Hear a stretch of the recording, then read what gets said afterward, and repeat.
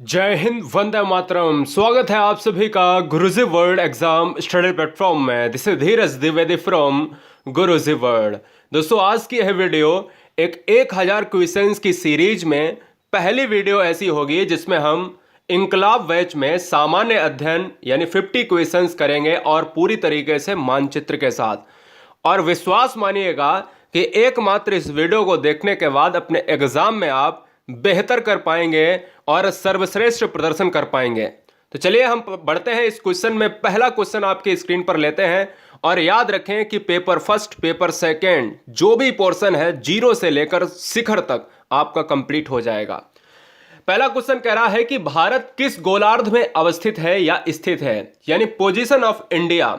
जब भी position of India की बात करें तो हमेशा आपको दिमाग में रखना है कि मानचित्र से समझेंगे तो बहुत आसान हो जाएगा। अगर ग्लोब को, अगर पृथ्वी को थोड़ा सा हम गोल बनाते हैं तो हम ये कहते हैं कि पृथ्वी को बीचों बीच से काटने वाली जो रेखा होती है वो इक्वेटर यानी 0 डिग्री, या इसको भूमध्य रेखा, विषुवत रेखा, अन्य अन्य नामों से जाना जाता है। पृथ्वी को अगर 4 भागों में मैं काट देता हूं तो यार याद रखो कि पृथ्वी को 4 भागों में काटूंगा तो 1 यानी यहां पर 2, यहां पर 3, यहां पर 4 ऐसा रहेगा। तो हम ये कह सकते हैं कि यार देखिए, सिंपल सी बात है कि नॉर्थ ऊपर होता है, साउथ नीचे होता है, और ये वाला जो पार्ट होगा तो वो कौन सा होगा, ये नॉर्थ ईस्ट पार्ट कहलाएगा, क्योंकि यह ईस्ट है और ये वेस्ट है। तो कुल मिलाकर अगर भारत की स्थिति देखी जाए तो भारत की स्थिति उत्तरी और पूर्वी होती है, इसलिए ऑप्शन जाएगा किसके साथ, बी के साथ चला जाएगा। बहुत सारे बच्चे क्वेश्चन में कंफ्यूज हो जाते हैं, लेकिन अब कंफ्यूज नहीं होना है क्योंकि चीजें बिल्कुल आसान हैं। मैं एक बार फिर से समझाना चाहूंगा, अगर क्वेश्चन में ये पूछे कि भारत की स्थिति कहां पर है तो भारत की स्थिति यह है नॉर्दर्न एंड ईस्टर्न एरिया में। क्लियर है? चलिए सेकंड क्वेश्चन, भारत के दक्षिण पश्चिम में कौन सा भारतीय द्वीप पर स्थित है। अब ध्यान दीजिएगा, देखिए अभी सिंपल सा चित्र बनेगा। मैं कहूंगा अगर भारत यहां पर था तो ये बताओ कि अगर भारत यहां पर था और पूरी पृथ्वी में अगर देखा जाए कि भाई दक्षिण पश्चिम वाला क्षेत्र कौन सा है, ये है। इसी संदर्भ में अगर भारत में देखा जाए कि भारत में जो दक्षिण पश्चिम वाला संदर्भ है वो कौन सा होगा, वो ये वाला होगा, क्योंकि हम जानते हैं कि पश्चिम ये है और पूर्व ये है और दक्षिण ये है, तो दक्षिण पश्चिम यही वाला तो पार्ट हुआ, ये शैडो इलाका, ठीक है ना। तो इसलिए आप याद रखिएगा कि इस क्वेश्चन का आंसर जाएगा लक्षद्वीप के साथ। आप सभी को बता दें, हम 2 क्वेश्चन पूछे जाते हैं कि अगर क्वेश्चन में पूछा जाए कि दक्षिण पूर्व तो आप मारिएगा क्या, अंडमान निकोबार या बंगाल की खाड़ी। अंडमान निकोबार होता है दक्षिण पूर्व में होता है, यानी साउथ एंड ईस्टर्न में होता है, और ये वाला जो पार्ट होता है ये आपका साउथ वेस्ट में होता है। तो लक्षद्वीप होता है यहां पर जहां पर अरब सागर होता है, अरब सागर में गिरने वाली नदियां, और अंडमान निकोबार बे ऑफ बंगाल में है। क्लियर है? इसलिए हमें सभी क्वेश्चन को बहुत सोच समझ कर करना है। ऑप्शन क्या जाएगा, बी के साथ। स्थिति को देखें तो यहां पर आप देखिएगा ये आपको पार्ट दिख रहा है, ठीक है ना, समझ रहे हैं ना, बहुत होशियार बच्चे हैं आप। चलिए क्वेश्चन नंबर 3, आंतरिक ग्रह में सबसे भारी ग्रह कौन सा है।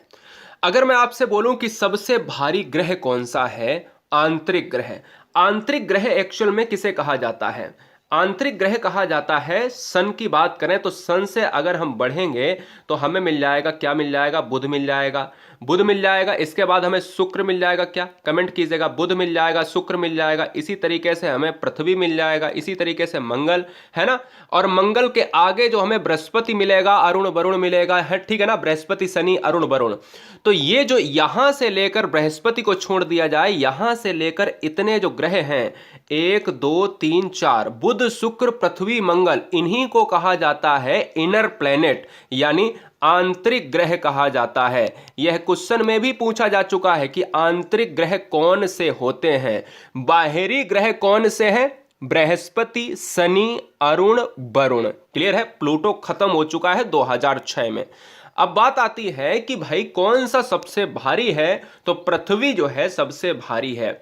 पृथ्वी भारी किसमें है, पृथ्वी का घनत्व। तो दोस्तों याद रखिएगा कि पूरे सौरमंडल में पृथ्वी का घनत्व जो है 5.7 है, ये याद रखिएगा। बहुत जबरदस्त क्वेश्चन पूछा जाता है, 2 तरीके से क्वेश्चन पूछेगा कि पृथ्वी, ऐसा कौन सा प्लेनेट है जिसका घनत्व सबसे ज्यादा है, वो है पृथ्वी।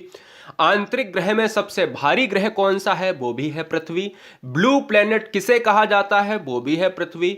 पृथ्वी का एकमात्र उपग्रह कौन सा है? तो वो हो जाएगा मून हो जाएगा, यानी सैटेलाइट हो जाएगा। तो ये सारी चीजें आपको पता होनी चाहिए। चलिए क्वेश्चन नंबर 4।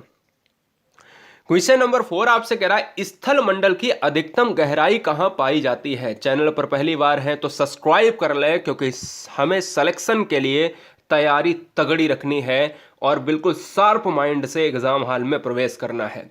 सब्सक्राइब करें, हर शेरनी। अगर ईमानदारी से सिलेक्शन चाहिए तो ईमानदारी से चैनल को सब्सक्राइब करें, क्योंकि मिलियंस बच्चों का यहां पर भरोसा है गुरुजी वर्ल्ड। स्थल मंडल की अधिकतम गहराई कहां पर पाई जाती है? तो यह पाई जाती है प्रशांत महासागर। यहां पर मैंने केवल जो है मानचित्र दिखाने की कोशिश करी है। जो प्रशांत महासागर है, पैसिफिक ओशियन है, ये वाला जो पार्ट आपको दिख रहा है, ये वाला पार्ट है, यही है प्रशांत महासागर। महासागरों की स्थिति की बात करें तो महासागर भारत की नहीं, पूरे विश्व में देखा जाए तो पूरे विश्व में जो है भारत को लगाकर जो हिंद महासागर है, यानी जो आपका इंडक ओशियन है जिसको हम कहते हैं, तो हम ये कह सकते हैं कि 5 हैं, जिसमें सबसे बड़ा प्रशांत महासागर है। दूसरा आपका कौन सा है? अटलांटिक महासागर है, ये बढ़ते हुए क्रम में है। तीसरा है आपका हिंद महासागर है, ठीक है ना। यही 3 ऐसे महासागर हैं जो पूरी दुनिया को 90% जल से ढके हुए हैं, ठीक है। बात बाकी आप सभी जानते हो, आर्कटिक और अंटार्कटिक। ऑप्शन जाएगा किसके साथ? ए के साथ। प्रशांत महासागर क्यों हो जाएगा? क्योंकि यहां पर एक मेरियाना ट्रेंच है जो दुनिया का सबसे गहरा स्थान माना जाता है। 11,000 से भी ज्यादा किलोमीटर की लंबाई नीचे गई हुई है।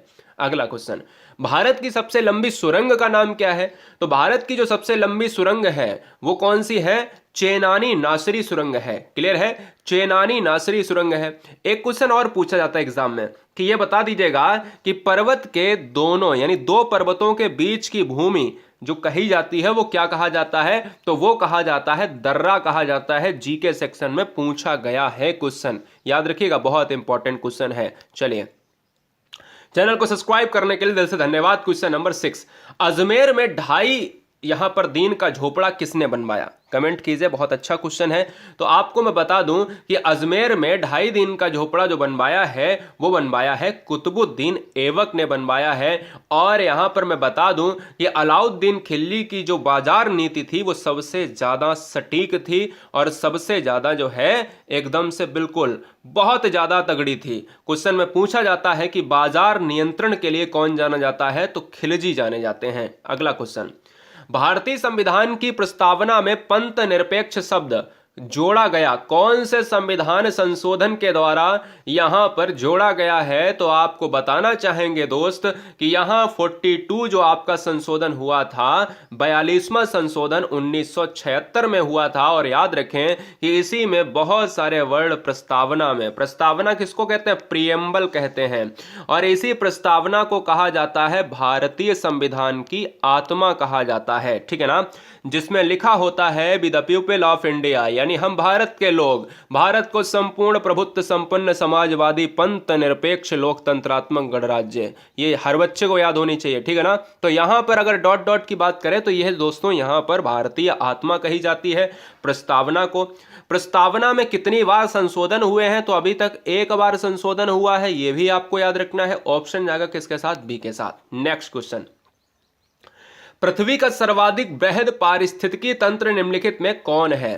पृथ्वी का सर्वाधिक बृहद पारिस्थितिकीय तंत्र निम्नलिखित में कौन है? तो आंसर जाएगा जैव मंडल के साथ। अब जैव मंडल क्यों हो जाएगा उसका रीजन है, देखिए जैव मंडल इसलिए हो जाएगा, एक्चुअल में हमको रहने के लिए स्थल मंडल चाहिए। भाई रहने के लिए हमें क्या चाहिए? रहने के लिए हम कहते हैं ना मकान होना चाहिए, खाने के लिए रोटी, पहनने के लिए कपड़ा। ऐसे ही रहने के लिए मकान नहीं, रहने के लिए मकान बनाओगे किस पर? जमीन पर बनाओगे। तो स्थल हमारे जीवन के लिए बहुत इंपॉर्टेंट है।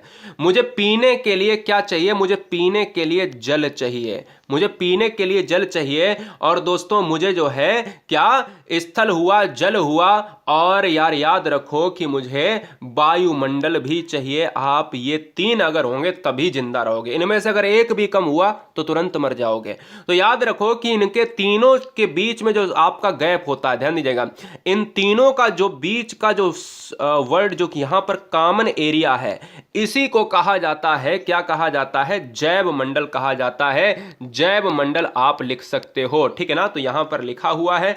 अब याद रखो कि जैव मंडल किसे कहते हैं, व्यक्ति के या पशु पक्षी वनस्पतियों के का वह स्थान जिसमें जीवन की दशाएं पाई जाती है, वही जैव मंडल है। क्लियर है, आंसर जाएगा डी के साथ। जूट उत्पादन में सबसे प्रचुर प्रदेश कौन सा है, तो आंसर जाएगा किसके साथ, सिंपल क्वेश्चन है, वेस्ट बंगाल चला जाएगा। पश्चिम बंगाल को मानचित्र में देखें तो ये रहा। पश्चिम बंगाल की अगर हम बात करें तो आप याद रखिएगा कि पश्चिम बंगाल की जो राजधानी है वो है कोलकाता है। क्या है, कोलकाता है।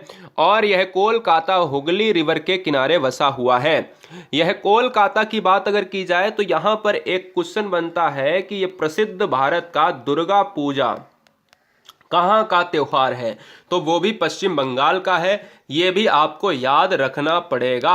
अगला क्वेश्चन, जवाहर सागर बांध किस नदी पर अवस्थित है, कृष्णा नदी पर अवस्थित है, चंबल नदी पर अवस्थित है, बेतवा नदी पर, या फिर सतलज नदी पर अवस्थित है। तो आपको याद रखना है कि चंबल नदी पर जवाहर सागर बांध को यहां पर बनाया गया है। ठीक है, ऑप्शन जाएगा किसके साथ, बी के साथ चला जाएगा।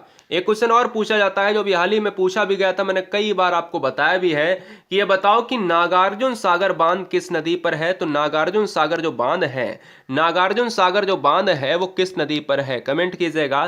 तो मैं बता देना चाहता हूं, जब भी अर्जुन आपको दिखे, और आ भी सकता है एग्जाम में, तो आपको कृष्णा मारना है, कृष्ण मारना है। तो कृष्णा नदी पर अवस्थित है, ठीक है ना।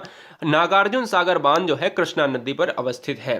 प्रथम दीनदयाल हस्तकला संकुल व्यापार सुविधा केंद्र कहां पर अवस्थित है। हस्तकला संकुल व्यापार सुविधा जो केंद्र है, आपने देखा होगा बहुत सारे ऐसे उद्योग लगाए गए भारत सरकार के द्वारा जो हथकरघा मजदूरों को बढ़ावा देने के लिए। तो फिलहाल इस क्वेश्चन का यूपी से संबंधित है और बनारस में अवस्थित है। बनारस से क्वेश्चन पूछा जाता है कि यह बताओ कि अस्सी घाट कहां पर अवस्थित है। बनारस से क्वेश्चन ये पूछा जाता है कि ये बताओ कि घाटों का शहर किसे कहा जाता है।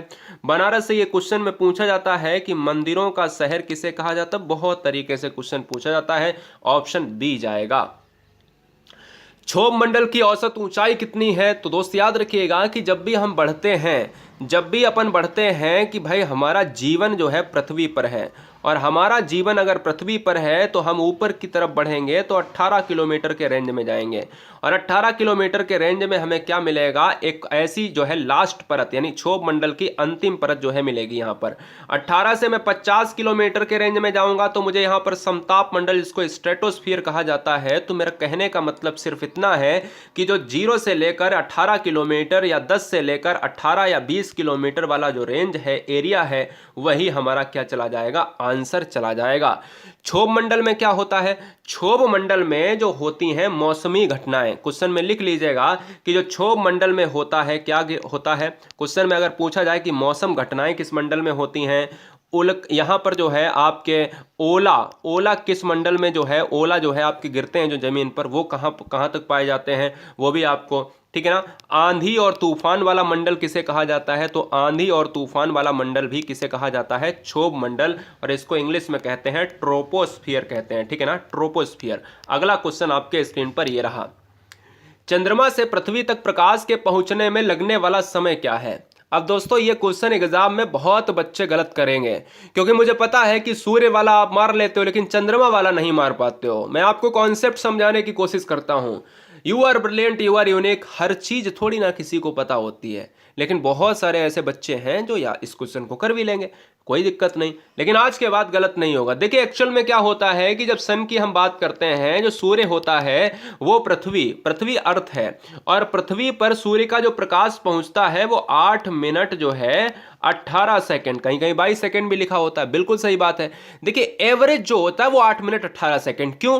क्योंकि आपने देखा होगा कि वर्ष भर में जो पृथ्वी की, जो सूर्य की और पृथ्वी के बीच की दूरी है वो कम और ज्यादा होती रहती है। आपको ऐसा भी होता है? बिल्कुल होता है, क्योंकि पृथ्वी झुकी हुई है 23.5 डिग्री। तभी तो हम कहते हैं ना कि पृथ्वी जो है 4 जो है जुलाई को सबसे दूर होती है और 3 जनवरी को सबसे पास में होती है, जिसको उपसौर और अपसौर कहा जाता है। तो 8 मिनट 18 सेकेंड को जो है हम यहां पर पृथ्वी का जो प्रकाश है, सूर्य का प्रकाश है, पृथ्वी पर पहुंचता है। ये क्वेश्चन पहला बन गया।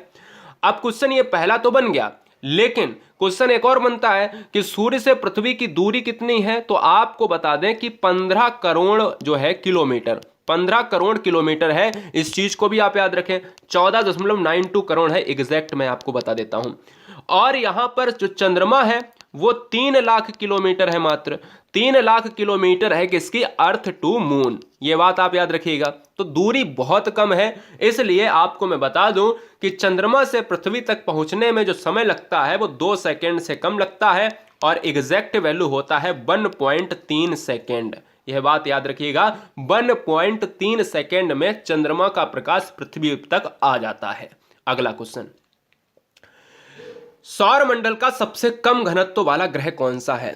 अभी शायद मैंने दूसरा क्वेश्चन आपको, दूसरा या तीसरा क्वेश्चन बताया था, जिसमें मैंने आपसे कहा था कि पृथ्वी सबसे आंतरिक भारी ग्रह कहलाता है, पृथ्वी का सबसे ज्यादा घनत्व है।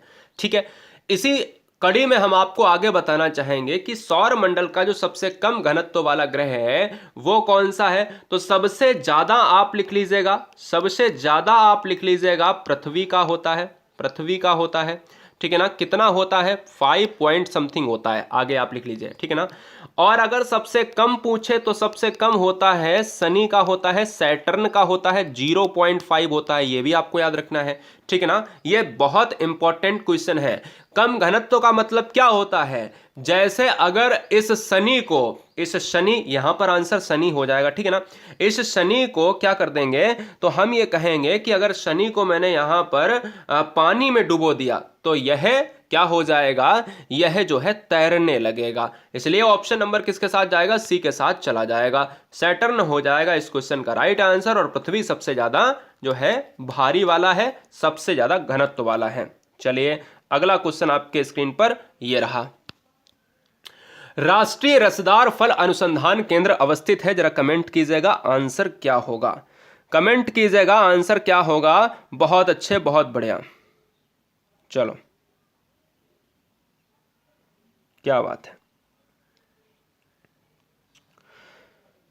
देखिए दोस्तों, अगर बात करें इस क्वेश्चन में, देखिए यहां पर अगर मैं बात करता हूं कि राष्ट्रीय रसदार फल अनुसंधान केंद्र, राष्ट्रीय रसदार फल अनुसंधान केंद्र जो है अवस्थित है, तो दोस्तों याद रखें ऑप्शन नंबर किसके साथ जाएगा, ऑप्शन नंबर बी के साथ लॉक हो जाएगा, बी के साथ लॉक हो जाएगा, नागपुर में। और नागपुर पार्ट ऑफ महाराष्ट्र कहलाता है। और महाराष्ट्र की अगर हम बात करें तो खासियत है, यहां पर एक सबसे बड़ा बंदरगाह है जिसका नाम है मुंबई। सबसे बड़ा बंदरगाह भारत में, सबसे पुराना बंदरगाह कौन सा है, तो यह मुंबई ही बंदरगाह है जो महाराष्ट्र में अवस्थित है। ऑप्शन जाएगा बी के साथ। अगला क्वेश्चन,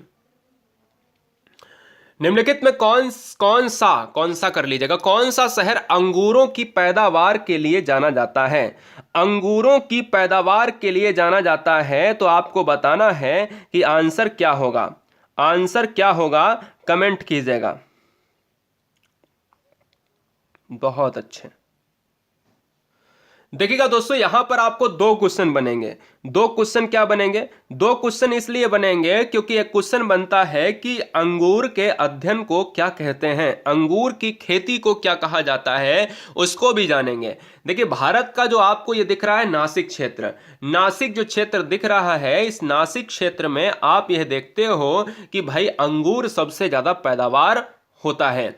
साथ ही साथ अंगूर के अध्ययन को क्या कहा जाता है, तो विटी कल्चर कहा जाता है। क्या कहा जाता है, विटी कल्चर कहा जाता है। इसलिए ऑप्शन नंबर ए हमारा राइट हो जाएगा। निम्नलिखित में कौन सा बृहत वृत्त का उदाहरण है, बहुत जबरदस्त इंटरेस्टिंग क्वेश्चन। कभी ज्योग्राफी को अगर दिमाग से, ध्यान से, दिल से पढ़ो ना, मजा आ जाता है। देखो निम्नलिखित में कौन सा बृहत वृत्त का उदाहरण है, तो जब भी बृहत वृत्त की अगर हम बात करें तो हमेशा याद रखो कि भूमध्य रेखा हो जाएगा। क्यों, क्योंकि पृथ्वी को अगर हम यहां पर इस तरीके से रिलेट करें तो हम कहेंगे कि 0 डिग्री हमारा क्या कहलाता है, 0 डिग्री हम एक खींचते हैं। ठीक है, एक खींचते हैं हम यहां पर कर्क रेखा जो 23.5 डिग्री होती है, जिसको हम नॉर्थ कहते हैं, और एक जो रेखा होती है इसी को हम कहते हैं, क्या कहते हैं, 23.5 डिग्री। बस फर्क कितना है, ये साउथ हो जाती है, ये साउथ हो जाती है। तो दोस्त याद रखो कि इस रेखा को हम कहते हैं कर्क रेखा। ठीक है, इस रेखा को कहते हैं विषुवत रेखा। क्या कहते हैं, विषुवत रेखा, या मैं ऑप्शन के हिसाब से ही आपको लिख देता हूं भूमध्य रेखा। भूमध्य रेखा को ही विषुवत रेखा कहा जाता है, और इस रेखा को कहते हैं मकर रेखा। तो अब बात आती है, ये बताओ ये नॉर्थ पोल है ये साउथ पोल है। जैसे जैसे हम साउथ नॉर्थ की तरफ बढ़ेंगे, नॉर्थ की तरफ बढ़ेंगे तो बिल्कुल छोटी छोटी रेखाएं हो जाएंगी, है ना, छोटी छोटी रेखाएं हो जाएंगी। इसी तरीके से आपको पता है कि जब छोटी छोटी रेखाएं नॉर्थ और साउथ ध्रुवों की तरफ होंगी तो सबसे बड़ी रेखा बीच में होगी, क्योंकि हम साउथ से जाएंगे, सबसे बड़ी रेखा जो कहां पर होगी, बीच में होगी, है ना। इसीलिए आप ये कहते हो आंसर जाएगा डी के साथ, भूमध्य रेखा। इसीलिए सबसे बड़ी रेखा, सबसे बड़ा बृहत वृत्त माना जाता है, क्योंकि यह मिडिल में अवस्थित है, मिड में अवस्थित है। क्वेश्चन नंबर 18, द्रोणाचार्य पुरस्कार किस क्षेत्र से जुड़े व्यक्ति को दिया जाता है? देखिएगा दोस्तों, यहां पर पूछ रहा है कि द्रोणाचार्य पुरस्कार जो है वो किस क्षेत्र से जुड़े व्यक्ति को दिया जाता है। तो आपको बता देना चाहते हैं कि जो आपके क्या है, जैसे पीवी सिंधु अगर खिलाड़ी हैं और कहीं ना कहीं मेडल को जीतकर देश का नाम रोशन करती हैं, तो उसके पीछे एक काम करने वाला ऑब्जेक्ट है उसका कोच। उसका कोच जो है उसको सिखा रहा है। सचिन तेंदुलकर का कोच जो है सिखाया, तभी सचिन तेंदुलकर कहीं ना कहीं अपनी प्रतिभा को आगे लाए, है ना। प्रतिभाशाली तो होते ही सब खिलाड़ी, लेकिन क्या है कि कोच की भूमिका बहुत अहम होती है और कोच सिखाता है। जो नेशनल स्पोर्ट अवार्ड मिलते हैं, द्रोणाचार्य पुरस्कार जिसको मिलता है, वो खेल प्रशिक्षकों को दिया जाता है जो खेल को सिखाते हैं। क्लियर है, याद रखिएगा। अगला क्वेश्चन, जायकवाड़ी परियोजना किस नदी पर अवस्थित है? कमेंट करिए। बहुत अच्छे, बहुत जबरदस्त। तो देखिए दोस्तों, अगर बात करें इस क्वेश्चन में, तो आपको मैं बता देना चाहता हूं कि जायकवाड़ी जो परियोजना है वो किस नदी पर अवस्थित है? वो है आपकी गोदावरी नदी पर। इसलिए ऑप्शन जाएगा किसके साथ? सी के साथ चला जाएगा। गोदावरी नदी पर कौन सी है? जायकवाड़ी परियोजना अवस्थित है। महानदी की बात करें तो महानदी अगर हम देखें तो यहां पर क्या, कौन सा बांध है? हीराकुंड बांध है क्या? कृष्णा नदी पर मैंने आपको बताया कि नागार्जुन बांध अवस्थित है। ये आपकी दक्षिण भारत में बहने वाली नदियां हैं। साथ ही साथ महानदी जो है उड़ीसा पार्ट में पड़ती है। अगला क्वेश्चन, भारतीय संविधान की संघीय शक्ति समिति के अध्यक्ष कौन थे? कमेंट कीजिए, बहुत अच्छा क्वेश्चन है। भारतीय संविधान सभा की संघीय शक्ति समिति के अध्यक्ष कौन थे? तो आपको मैं बताना चाहूंगा, तो यहां से बनेंगे दो क्वेश्चन बनेंगे। एक तो बनेगा प्रारूप समिति के अध्यक्ष, तो प्रारूप समिति के अध्यक्ष पूछे और संघीय समिति के अध्यक्ष पूछे, और एक और बनता है प्रांतीय अगर पूछे तो आपको 3 क्वेश्चन याद रखने हैं। प्रांतीय में आप मारेंगे पटेल साहब मारेंगे, ठीक है ना, पटेल साहब मारेंगे तो यहां पर एसपी लिखे दे रहा हूं, सरदार पटेल। यहां पर आप लिख दीजिएगा बाबा भीमराव अंबेडकर साहब जी, तो BR अंबेडकर लिख लीजिएगा, ठीक है ना। और अगर यहां पर मैं देखूं, यहां पर क्या है, यहां संघीय में आप देखिए PT नेहरू हो जाएंगे, तो पंडित जवाहरलाल नेहरू हो जाएंगे। संघीय शक्ति जब पूछे तो यहां ऑप्शन डी आपका आंसर हो जाएगा। इसको याद कर लीजिए, कई बार एग्जाम में क्वेश्चन ट्रेंड कराया जाता है आपके एग्जाम में, ठीक है। चलिए, बहुत अच्छे। देखिए, वीडियो को लाइक जरूर कर देना। मुझे पता है कंसंट्रेशन आपका भंग नहीं होना चाहिए, लेकिन वीडियो लाइक होनी चाहिए। चलो, बहुत अच्छे। कोयला परियोजना किस राज्य की प्रमुख बहुउद्देशीय नदी घाटी परियोजना है? तो आप सभी को पता होगा कि जो कोयला परियोजना है वो है महाराष्ट्र पार्ट का। अब देखो, कोयला परियोजना जो है अगर देखा जाए तो सबसे ज्यादा दो क्वेश्चन बनते हैं। कोयला परियोजना से 2 क्वेश्चन बनते हैं कि भैया ये बताओ कि सबसे ज्यादा कोयला किस राज्य में होता है, सबसे ज्यादा कोयला किस राज्य में होता है। और अगर कोयला सबसे ज्यादा होता है झारखंड में, ठीक है ना, तो कौन से खान में होता है? तो झारखंड और झरिया वाला पार्ट आप सभी समझते हो। सिंगरैली आपका जाना जाता है, कोरबा आपका जाना जाता है, कोरबा पड़ता है आपका छत्तीसगढ़ में। रामगुंडम, एक क्वेश्चन पूछा जाता है कई बार कि रामगुंडम जो है यह खान कहां पर अवस्थित है? तो यह तेलंगाना में अवस्थित है। इसीलिए यहां पर ऑप्शन के हिसाब से महाराष्ट्र सही हो जाएगा। महाराष्ट्र में नई नई कंपनियों को बहुउद्देशीय नदी घाटी परियोजनाओं के साथ साथ इनको विकसित किया गया है। चलिए, कोल इंडिया लिमिटेड कंपनी बनाई गई है। अगला क्वेश्चन, नेशनल वुड फॉसिल्स कहां पर अवस्थित है? बताइए। चलो, नेशनल वुड फॉसिल्स पार्क कहां पर अवस्थित है? कमेंट कीजिएगा। तो दोस्तों अगर मैं बात करूं यहां पर इस क्वेश्चन का जो राइट आंसर चला जाएगा वो किसके साथ चला जाएगा, वो चला जाएगा आपका राजस्थान के साथ। राजस्थान का जो ऑप्शन नंबर बी है वो हमारा राइट हो जाएगा, जैसलमेर वाला पार्ट हमारा सही हो जाएगा, ठीक है ना। तो जैसलमेर पार्ट हमारा ये कहता है कि यहां पर जो है नेशनल बूट फॉसिल्स है और अवस्थित ऑप्शन नंबर किसके साथ चला जाएगा, हमारा बी के साथ चला जाएगा। बहुत अच्छे। जैसलमेर की अगर बात करें तो यहाँ पर सबसे जो है कम बारिश तो नहीं होती है, सबसे कम बारिश होती है लेह में होती है, लेकिन बारिश की कमी है जैसलमेर में। विषय नंबर 23, घाना पक्षी अभ्यारण्य निम्नलिखित में से किस राज्य में अवस्थित है। सिंपल क्वेश्चन है, राजस्थान के पार्ट के साथ चला जाएगा। राजस्थान एक ऐसा राज्य है जो सबसे ज्यादा क्या है, सबसे ज्यादा जो है क्षेत्रफल में एरिया वाइज में फैला हुआ है। राजस्थान ऑप्शन नंबर ए में है, ए हो जाएगा। ये क्वेश्चन बहुत इंपॉर्टेंट है, जबरदस्त है, पश्चिमी घाट का, बहुत ध्यान से देखिएगा। पश्चिमी घाट कह रहा है पश्चिमी घाट पर पाई जाने वाली वनस्पति का प्रकार है, कैसा प्रकार है कमेंट करो। पश्चिमी घाट पर पाई जाने वाली वनस्पति का जो प्रकार है वो कैसा है, वो है सदाहरित है। सदाहरित क्यों है, क्योंकि देखिए पश्चिमी घाट ये भारत का जो प्रायद्वीपीय पार्ट मैंने बनाया है, आपको याद है मैंने ऊपर का हिस्सा नहीं बनाया भारत का, तो आपको याद रखना है कि ये पूर्वी घाट है। क्या है, ये पूर्वी घाट है। आपका सही नहीं लिख रहा, क्या बात है। हाँ ये क्या है, ये पूर्वी घाट है, माफी चाहेंगे एक जस्ट सेकंड। हाँ पूर्वी घाट है, और ये क्या है, ये पश्चिमी घाट है। तो ये पश्चिमी घाट की बात की जाए तो पश्चिमी घाट का जो एरिया है, जो सरफेस है, तो आपको मैं बता दूं कि ये जो सरफेस है ये भैया क्या है, यहां पर आपका 5 जून को मानसून इंटर करता है। जहां पर मानसून इंटर करता है तो यहां जमकर धमाकेदार बारिश होती है।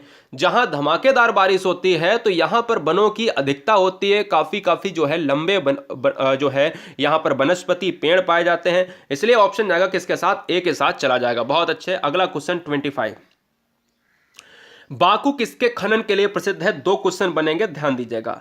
हाँ केरल से क्वेश्चन एक और बनता है, क्या है ये दोस्तों, ये सदाहरित वाला जो पार्ट है, पश्चिमी घाट वाला पार्ट है, ये केरल में पड़ता है। और केरल से एक और क्वेश्चन बनता है, कहता है साइलेंट वैली कहाँ पर है, शांति घाटी कहाँ पर है, ठीक है ना। शांति घाटी भी आपकी यानी जो है केरल में है, जिसको मूक घाटी कहा जाता है।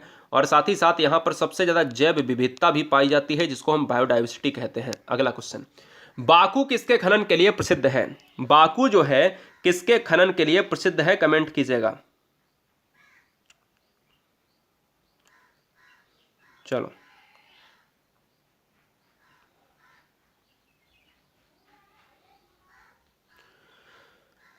क्वेश्चन नंबर नेक्स्ट देखिएगा। आपसे कह रहा है कि बाकू किसके खनन के लिए प्रसिद्ध है। तो दोस्तों याद रखना है कि इस क्वेश्चन का जो राइट आंसर है वो ऑप्शन नंबर किसके साथ जाएगा, खनिज तेल के लिए। बहुत बार पूछा गया है।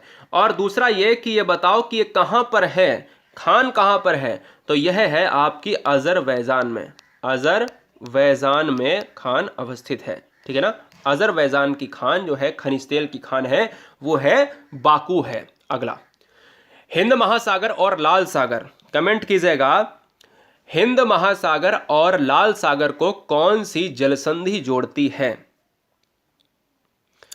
तो दोस्तों आपको मैं बताऊं, यहां पर बहुत अच्छा क्वेश्चन है। देखिएगा यहां जो क्वेश्चन बनता है, क्या यहां पर क्वेश्चन बनता है कि लाल सागर और भूमध्य सागर आप सभी जानते हो, तो वहां पर आपको एक पार्ट मिल जाता है जो तुरंत आप कमेंट करके मार देते हो। लेकिन जब हिंद महासागर जो भारत से जुड़ा हुआ पार्ट है, भारत को 3 तरफ से घेरे हुए हैं, तब आप क्या करेंगे।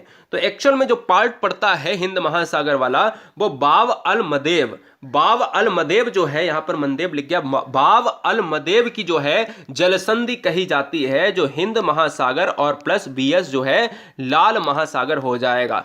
एचएल आपको याद रखना है, बाव अल मदेव जो है जलसंधि है, इनके दोनों के बीच में, यह पार्ट आपको नहीं भूलना है। क्लियर है। चलिए बहुत अच्छे। क्वेश्चन नंबर नेक्स्ट आपके स्क्रीन पर है, ये रहा 27 नंबर। 27 नंबर देखिए, ठीक।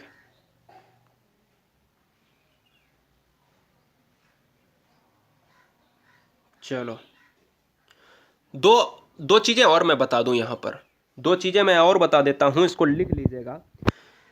देखिएगा एक आपकी जो है यहां पर आता है ओमान और ईरान भी आता है, ठीक है। और एक आपको आता है अंडमान सागर और दक्षिण चीन सागर। एक आता है अंडमान सागर और दक्षिण चीन सागर। इनको कौन सी संधि जोड़ती है, तो इनको संधि जोड़ती है मलक्का की संधि। मलक्का नाम सुना होगा आपने, मलक्का की संधि जो है जोड़ती है, ठीक है। इसके ही साथ आपको यहां पर एक और चीज याद रखना है कि काला सागर एवं मरमरा सागर, एक मरमरा सागर छोटा सा पार्ट पड़ता है, तो मरमरा सागर को कौन जोड़ता है? बोस्पोरस संधि जोड़ती है, जो थोड़ा सा टफ क्वेश्चन बन जाता है। फिलहाल इसको नहीं भूलना है। अंडमान और चीन सागर को जोड़ने वाली जो संधि है वो मलक्का संधि है। हिंद महासागर और लाल सागर को जोड़ने वाली जो संधि है वो बाब अलमदेब जो है जल संधि है। सर्वाधिक राज्यों की सीमा को छूने वाला राज्य, काफी बच्चे जो है बहुत ज्यादा गलती करते हैं इस क्वेश्चन को करने के लिए। हमें लगता है कि हम मध्य प्रदेश को यहां पर लॉक करेंगे, लेकिन मध्य प्रदेश यहां पर आंसर नहीं होगा। आंसर जाएगा ऑप्शन नंबर ए के साथ, डी के साथ चला जाएगा, यानी उत्तर प्रदेश। उत्तर प्रदेश की सीमाओं की बात की जाए तो 8+1 सीमाओं का निर्धारण करती है। 8+1 याद रखिए बराबर 9। 8+1 का मतलब है कि 8 राज्य हैं और एक केंद्र शासित प्रदेश जिसको कहा जाता है एनसीआर, जिसको दिल्ली कहा जाता है। तो दिल्ली को अगर जोड़कर पूछे एग्जाम में कितनी जो है यूपी सीमाएं साझा करता है तो 9 करता है। अगर केंद्र शासित प्रदेश छोड़कर, कोष्टक में वो लिख देगा, केंद्र शासित प्रदेश सहित अगर पूछेगा तो 9, और केंद्र प्रदेश शासित जो छोड़कर, तो आपका आंसर 8 हो जाएगा। ऑप्शन जाएगा डी के साथ। शांति घाटी जो है अवस्थित है, तो दोस्तों याद रखिएगा जो शांति घाटी अवस्थित है वो है आपके केरल क्षेत्र में। केरल क्षेत्र में क्यों है? केरल क्षेत्र में आपको मैंने अभी बताया कि जो आपका शांति घाटी वाला जो पार्ट है वो सदाहरित रहता है, लंबे लंबे वन पाए जाते हैं, पानी ज़्यादा बरसता है, अच्छी खासी धूप भी होती है। लेकिन एक चीज़ हमें हमेशा याद रखना है कि जहाँ पर पानी बरसेगा ज़्यादा, वृक्ष अच्छे होंगे, जीव जंतु खुशहाल होंगे, तो यहाँ पर जैव विविधता यानी बायोडाइवर्सिटी जो है हमेशा पाई जाएगी। यहां शांति घाटी ऑप्शन नंबर ए के साथ चला जाएगा, केरल के क्षेत्र के साथ। क्वेश्चन नंबर नेक्स्ट, निम्नलिखित में से किस राज्य के कुल भौगोलिक क्षेत्रफल के सबसे कम भाग पर वनों का विस्तार पाया जाता है? तो जब क्वेश्चन में पूछा जाए कि वनों का आवरण भारत में कितना अभी है, कितने परसेंट है, तो 24% प्लस पाया जाता है। और वनों का परसेंटेज कितना होना चाहिए ये मैंने अपनी पर्यावरण वाली क्लास में बताया, 33% होना चाहिए। और वनों की बात करें तो सबसे ज़्यादा जो वन किस राज्य में है, तो सबसे ज़्यादा वन जो है वो है किस राज्य में? मध्य प्रदेश क्षेत्र में। और सबसे अगर कम राज्य में अगर पूछा जाए सबसे कम वन कहाँ पर है, तो यह है HR हरियाणा क्षेत्र में। ठीक है ना, तो यह बात आपको दिमाग में लानी होगी। ऑप्शन जाएगा बी के साथ। सबसे कम वन विस्तार जो पाए जाते हैं वो हरियाणा क्षेत्र में पाए जाते हैं। ऑप्शन जाएगा बी के साथ। रेहला जलप्रपात किस प्रदेश में अवस्थित है? बताइए, बहुत अच्छा क्वेश्चन है। रेहला जलप्रपात कहां पर अवस्थित है?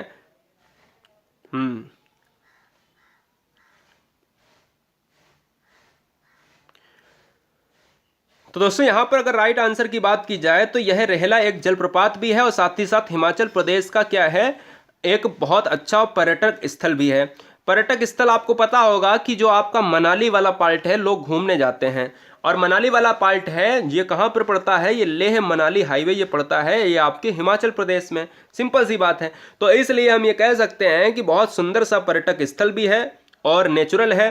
रोहतांग दर्रा भी यहाँ पर पाया जाता है, रोहतांग दर्रे के पास है। और ऑप्शन जाएगा किसके साथ? बी के साथ। अगला क्वेश्चन, दुधवा नेशनल पार्क किस जिले में अवस्थित है? अब दुधवा नेशनल पार्क अगर क्वेश्चन में पूछा जाए किस राज्य में अवस्थित है, तो आप कहोगे भैया उत्तर प्रदेश में अवस्थित है।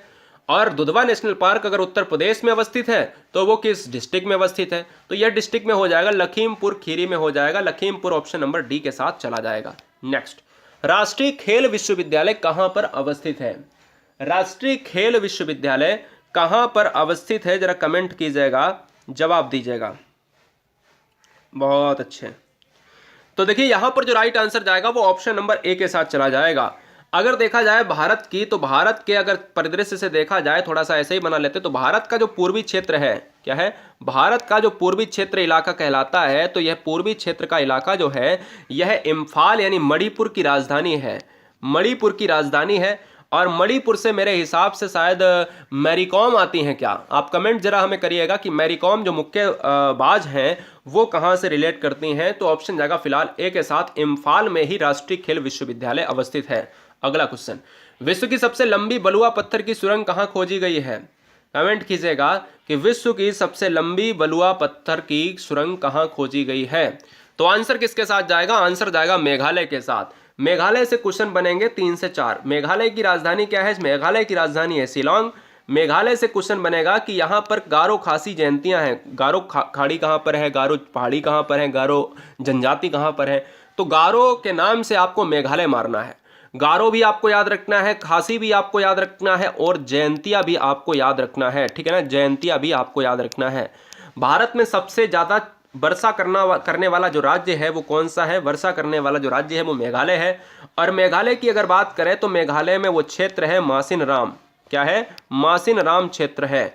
मासिन राम किन पहाड़ियों पर अवस्थित है? तो यह खासी पहाड़ियों पर अवस्थित है, ये भी आप याद रखिएगा। बहुत डीप में पढ़ाने की कोशिश कर रहा हूँ। गारो, खासी, जयंतिया, 3 पहाड़ी दे देगा और पूछ देगा कि भैया ये बताओ, 4 ऑप्शन दे देगा आपको, गारो, खासी, जयंतिया, और एक और दे देगा, मिकिर दे देगा, और कहेगा कि भाई ये बताओ कि मासिन राम जो सबसे ज़्यादा विश्व का वर्षा का स्थान है वो भारत के किस पहाड़ी पर अवस्थित है? तो यह खासी पहाड़ी पर अवस्थित है। क्लियर है? चलिए अगला क्वेश्चन।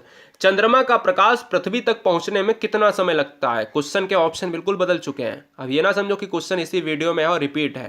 क्वेश्चन के ऑप्शन वहां पर थे 1 सेकेंड, 1 सेकेंड से कम, 2 सेकेंड, 2 सेकेंड से कम, इस तरीके से ऑप्शन थे ना। तो मैं ये कह सकता हूं कि इस क्वेश्चन में आपको एग्जैक्ट वैल्यू बतानी है, तो मैंने अभी आपको बताया भी था कि 2 सेकेंड से कम होता है। और 2 सेकेंड से अगर कम होगा तो चंद्रमा जो प्रकाश अपना पृथ्वी तक भेजेगा वो कितना होगा? 1.3। अब याद रखिएगा कि चंद्रमा का अपना प्रकाश नहीं होता है। क्वेश्चन में पूछा जाता है कि चंद्रमा का प्रकाश क्या अपना होता है? जी नहीं, चंद्रमा सूर्य के प्रकाश से चमकता है। चंद्रमा का अपना स्वयं का प्रकाश नहीं होता है, यह सूर्य के प्रकाश से चमकता है, बल्कि तारों का अपना स्वयं का प्रकाश होता है। जो स्टार होते हैं, स्टार छोटे छोटे होते हैं, ये अपने ही प्रकाश से प्रकाशित होते हैं। ये बात कई कई किताबों में गलत भी लिखी है, ये गलत आपको नहीं पढ़ना है। क्वेश्चन नंबर 35 क्या कह रहा है? Vindhyachal super thermal power station कहां पर अवस्थित है? विंध्याचल की बात अगर की जाए तो यह दोस्तों चला जाएगा मध्य प्रदेश में। मध्य प्रदेश में अवस्थित जो सुपर पावर थर्मल है, यह विंध्याचल जो है, Vindhyachal super thermal power station कहा जाता है। और मध्य प्रदेश में सोयाबीन का सबसे ज्यादा उत्पादन होता है। सोयाबीन का उत्पादन होता है। सोयाबीन में सबसे ज्यादा प्रोटीन होती है। कितनी होती है? 42% प्रोटीन होती है। मध्य प्रदेश की बात करें तो टाइगर स्टेट कहा जाता है और टाइगर बाघों की संख्या भारत में वर्तमान समय में 2967 से ज्यादा है। भारत में ही नहीं, पूरे विश्व में अगर क्वेश्चन में पूछा जाए कि विश्व में टाइगर सबसे ज्यादा यानी बाघ सबसे ज्यादा कहां पर हैं, तो विश्व में सबसे ज्यादा जो बाघ हैं वो भारत में है। कितने परसेंट विश्व में बाघ भारत में ही पाए जाते हैं? तो 70% जो आबादी है वो भारत में ही है। बात बाकी समझ लो है ही नहीं, समझ रहे ना, कुछ पार्ट अफ्रीका का बचा है। तो 2967 बाघ जो है वो भारत में है, ये सबसे ज्यादा संख्या है। चलो 36 नंबर, किस शासक की पोलो खेलते समय मृत्यु हो गई थी? तो आपको मैं बता देना चाहता हूं कि आंसर जाएगा कुतुबुद्दीन ऐबक की, जो है घोड़ा पर सवारी करते हुए खेल रहे थे और घोड़े से गिरकर जो है मृत्यु हो गई। ऑप्शन ए जाएगा। वर्तमान में भारतीय नागरिकों को कुल कितने मौलिक अधिकार प्राप्त हैं? तो आप सभी को बताना चाहेंगे कि वर्तमान में 2 क्वेश्चन बनेंगे। 2, एक तो क्वेश्चन बनेगा जब क्वेश्चन में यह पूछा जाए कि मूल संविधान में भारतीय जो है नागरिकों को कितने जो है मौलिक अधिकार प्राप्त थे, तो वहां पर आंसर जाएगा 7, जब क्वेश्चन में मूल संविधान लिख देगा। और जब क्वेश्चन में लिख देगा वर्तमान एट प्रेजेंट की बात करेगा तो वहां पर 6 हो जाएंगे। ऑप्शन ए जाएगा। कौन सा एक कम हो गया है? तो 6 हो गए। एक कम हो गया है जिसको संपत्ति का अधिकार दोस्त कर दिया गया है। संपत्ति का अधिकार अब एकमात्र कानूनी अधिकार हो गया है। इसका दोहन होने लगा था, इसका दुरुपयोग लोग करने लगे थे, इसलिए इसको हटा दिया गया। पंजाब में कौन सा स्थान हौजरी उद्योग के लिए प्रसिद्ध है? आप जानते हो पंजाब वाला पार्ट, महाराष्ट्र वाला पार्ट, गुजरात वाला पार्ट, केरल से ऊपर वाला पार्ट जो कहलाता है, जो तटीय इलाके में अवस्थित है, इसमें सभी ना कहीं आप कानपुर वाला पार्ट ले लीजिएगा, ठीक है ना। कानपुर तटीय इलाके में नहीं, फिर भी आप देख लीजिएगा। तो यहाँ क्या है कि यहाँ पर सबसे ज्यादा कपड़े का काम होता है, टेक्सटाइल का काम होता है। टेक्सटाइल उद्योग सबसे प्राचीन और सबसे बड़ा उद्योग आज भी है। और याद रखिएगा टेक्सटाइल में कपड़े का काम होता है और यह लुधियाना पार्ट में है। पंजाब में हौजरी के लिए जो प्रसिद्ध है वो लुधियाना है। लोकटक झील जो है आप कहाँ पर मारते थे? तो अब उससे ही क्वेश्चन ले लिया है भैया। बताइए, लोकटक शक्ति परियोजना निम्नलिखित में किस राज्य में अवस्थित है? कमेंट कीजिएगा। चलिए बहुत अच्छे। प्यार व्यार नहीं मिल रहा आपसे, बस एक रिक्वेस्ट रहती है कि क्या है, मिलियंस बच्चे देखते हैं लेकिन फिर भी आप ही की वजह से यह प्यार मिला है और आप ही की वजह से गुरुजी वर्ल्ड आज शिखर पर है। और नए बहुत सारे परिवार हमारे ऐसे होंगे जो उनको लग रहा होगा कि हम पहली बार हैं।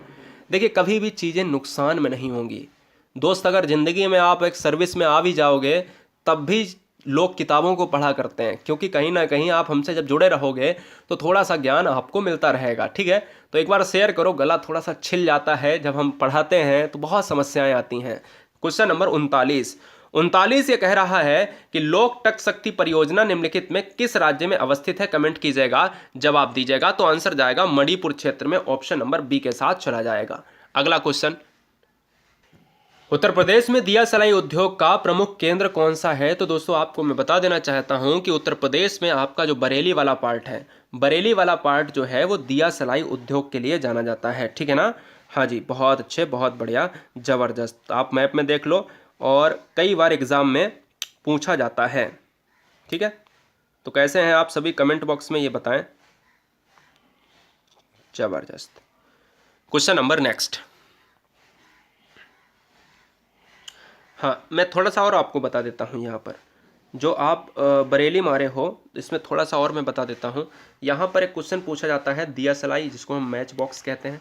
ठीक है ना, सहारनपुर में एक क्वेश्चन पूछा जाता है कि सहारनपुर किसके लिए प्रसिद्ध है।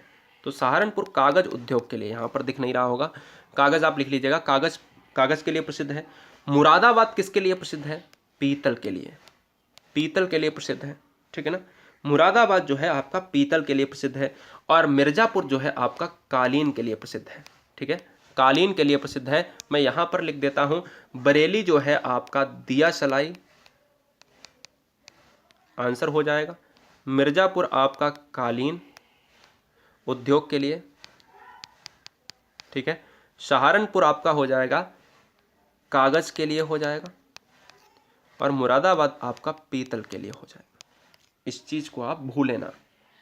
ठीक है, इसको नोट कर लीजिएगा, फटाफट स्क्रीनशॉट ले लीजिए। चलिए, बहुत अच्छे। इडुक्की जल विद्युत परियोजना किस नदी पर अवस्थित है या किस नदी पर चल रही है। तो आपको मैं बता देता हूं कि इडुक्की पूछे या पेरियार पूछे, इडुक्की पूछे या पेरियार पूछे, ये सभी आपकी जो जल परियोजनाएं हैं वो है केरल में अवस्थित है। गद्दी जनजाति निवासी है, गद्दी जो जनजाति है वो कहाँ पर पाई जाती है। तो यहाँ पर जो आंसर चला जाएगा वो चला जाएगा 42 नंबर का, वो चला जाएगा भाई, गद्दी जनजाति निवासी हैं, वो हमारा ऑप्शन नंबर किसके साथ जाएगा, 42 नंबर का आंसर जाएगा भाई हिमाचल प्रदेश का। हिमाचल प्रदेश में गद्दी जनजाति है, जबकि यहाँ पर जम्मू एंड कश्मीर में देखा जाए तो एक जनजाति पाई जाती है जिसका नाम है बकरावल। बकरावल जो है जनजाति भी जम्मू एंड कश्मीर के उत्तराई इलाके में पाई जाती है। फिलहाल ऑप्शन नंबर जाएगा सी के साथ। भील जनजाति कहाँ पर पाई जाती है। तो भील जनजाति का पार्ट थोड़ा थोड़ा हर जगह मिलेगा आपको, लेकिन जो भील जनजाति है वो महाराष्ट्र के क्षेत्र में बहुत ज़्यादा मात्रा में पाई जाती है, इसलिए ऑप्शन नंबर डी हमारा हो जाएगा। 2-3 क्वेश्चन है जो बहुत अच्छी तरीके से आपको लिखने चाहिए। एक जनजाति अभी 45 क्वेश्चन में और कराऊंगा। सरदार सरोवर परियोजना किस नदी पर अवस्थित है, ताप्ती, गोदावरी, नर्मदा या कृष्णा। तो आपको बता देना चाहते हैं कि सरदार सरोवर जो परियोजना है वो नर्मदा नदी पर अवस्थित है, जो गुजरात वाले पार्ट पर काफ़ी विवाद भी हुआ, और गुजरात वाले पार्ट पर ऑप्शन नंबर जाएगा सी के साथ। बहुत अच्छे गाइस, बहुत बढ़िया, ज़बरदस्त। कुकी, हमने कहा था 45 नंबर को और साथ में लिखिए। कुकी जनजाति के लोग किस राज्य में रहते हैं। अभी मैंने बताया आपको कि गद्दी जनजाति की बात की, भील जनजाति की बात की, ऐसे ही कुकी जनजाति को देखेंगे तो कुकी जनजाति जो है वो मणिपुर में है। मणिपुर में आपका अभी बताया कि मणिपुर में आपका राष्ट्रीय खेल क्या है, राष्ट्रीय जो है खेल आपका अनुसंधान केंद्र, जो हम कह सकते हैं कि खेल स्टेडियम है। और मणिपुर में, मणिपुर की जो राजधानी है वो इम्फाल है। और मणिपुर को क्या कहा जाता है, पूर्वोत्तर भारत का सर्वश्रेष्ठ राज्य कहा जाता है। मणिपुर को भारत का मुकुट भी कहा जाता है। भारत का मुकुट जम्मू कश्मीर भी है, लेकिन पूर्वोत्तर राज्य का जो मुकुट माना जाता है वो मणिपुर को माना जाता है, इसलिए ऑप्शन नंबर जाएगा ए के साथ। गंगा नदी के किनारे स्थित सबसे बड़ा शहर कौन सा है, बड़ा अच्छा क्वेश्चन है। गंगा नदी के किनारे स्थित सबसे बड़ा शहर कौन सा है, तो यह दोस्तों है कानपुर। कानपुर जो है सबसे बड़ा शहर माना जाता है कि गंगा नदी के किनारे पटना भी है, इलाहाबाद भी है, इसके अलावा कन्नौज भी है। बहुत सारे ऐसे पार्ट हैं, बिहार तक आप देखेंगे, जब तक आप पश्चिम बंगाल हुगली क्रॉस करते हुए सुंदरवन डेल्टा ये नहीं बना लेती है बंगाल की खाड़ी में, तब तक बहुत सारे शहर पड़ते हैं। इसलिए ऑप्शन जाएगा फिलहाल ए के साथ। कानपुर एक ऐसा शहर है जहां पर भारतीय दलहन केंद्र भी अवस्थित है। दलहन केंद्र जिसको कहा जाता है भारतीय दलहन अनुसंधान केंद्र, कहाँ पर अवस्थित है, यह कानपुर में अवस्थित है। भारत की शोक नदी किसे कहा जाता है? अब देखो, भारत की शोक नदी, अब ये भी क्वेश्चन आपके लिए बन सकता है क्योंकि बहुत सारे बच्चे इस क्वेश्चन को नहीं जानते होंगे। तो मैं यहाँ पर आपको बताना चाहूँगा कि देखो, यहाँ पर जब क्वेश्चन में पूछा जाता है कि सिक्किम की जीवन रेखा किसे कहा जाता है, सिक्किम की जो जीवन रेखा है वो कहा जाता है तीस्ता नदी को। ऐसे ही अगर असम की जो है, असम का शोक किसे कहा जाता है, तो असम का शोक है ब्रह्मपुत्र नदी। ठीक है ना, आगे लिख लीजिएगा। ऐसे ही यहाँ पर बिहार का शोक किसे कहा जाता है, कोसी रिवर को कहा जाता है। ऐसे ही यहाँ पर भारत की शोक नदी है, पूरे भारत की शोक नदी है, ये किसे कहा जाता है, ये कहा जाता है, आंसर में देखते हैं, कर्मनासा नदी को। अगला क्वेश्चन, रोहतांग दर्रा भारत के किस राज्य में अवस्थित है? जरा कमेंट कीजिएगा, बहुत अच्छा क्वेश्चन है, जवाब दीजिएगा। बहुत बढ़िया, बहुत ज़बरदस्त। वीडियो को लाइक करने के लिए सभी बच्चों का स्वागत है। देखिए, रोहतांग दर्रा जो है भारत के हिमाचल प्रदेश में कुल्लू घाटी और लाहौल को जोड़ता है। कुल्लू घाटी और लाहौल को जोड़ता है। क्वेश्चन में कभी कभी पूछ सकता है कि जो कुल्लू घाटी और लाहौल को जोड़ने वाला कौन सा दर्रा है, वो हिमाचल प्रदेश में अवस्थित है। ठीक है, यह बात आप दिमाग में फीड कर लीजिएगा। अगला क्वेश्चन, उज्जैन किस नदी के किनारे अवस्थित है? 50वां क्वेश्चन आपके लिए मैं होमवर्क के लिए दूंगा और उम्मीद है कि सारे क्वेश्चन आपने बहुत एंजॉय किए होंगे और अच्छी तरीके से अपने वीडियो को समाप्त किया होगा। हमें यह बताएं कि आपने इस वीडियो से कितना सीखा है। उज्जैन किस नदी पर अवस्थित है? तो उज्जैन जो है क्षिप्रा नदी पर अवस्थित है, कानपुर गंगा नदी पर अवस्थित है, कोलकाता हुगली नदी पर अवस्थित है, लखनऊ गोमती नदी पर अवस्थित है। ऐसे ही दोस्तों, अगर मैं बात करूं आपका शहर जो सबसे बड़ा शहर है आपके आसपास के ज़िलों का, तो ज़रा हमें कमेंट करके बताओ कि कौन सा शहर किस नदी पर अवस्थित है। बहुत अच्छे गाइस, बहुत बढ़िया, ज़बरदस्त। और भारत का सबसे बड़ा जलप्रपात कौन सा है, ये कमेंट आपको करना है कि भारत का सबसे बड़ा जलप्रपात कौन सा है। तो दोस्तों, क्या यहाँ पर कमेंट होगा, क्या यहाँ पर जवाब होगा? बहुत अच्छे, ज़बरदस्त। लव यू ऑल, बहुत सारा प्यार आप सभी को, आप सभी के माता पिता को मेरा सैल्यूट है, आदाब है, नमस्कार है, जय महाकाल है, इंकलाब जिंदाबाद। और बताइएगा कि आपके कितने क्वेश्चन एग्जाम में यानी यहाँ पर सही हुए हैं। चैनल को सब्सक्राइब करने के लिए आप सभी का दिल से धन्यवाद। गुरुजी वर्ल्ड एग्जाम स्टडी प्लेटफॉर्म में आने के लिए हर शेरने का दिली अभिनंदन। वंदे मातरम। मिलते रहेंगे रोज़ 8 बजे, वीडियो हमेशा के लिए चलती ही है, रोज़ सुबह 11 बजे। इंकलाब जिंदाबाद।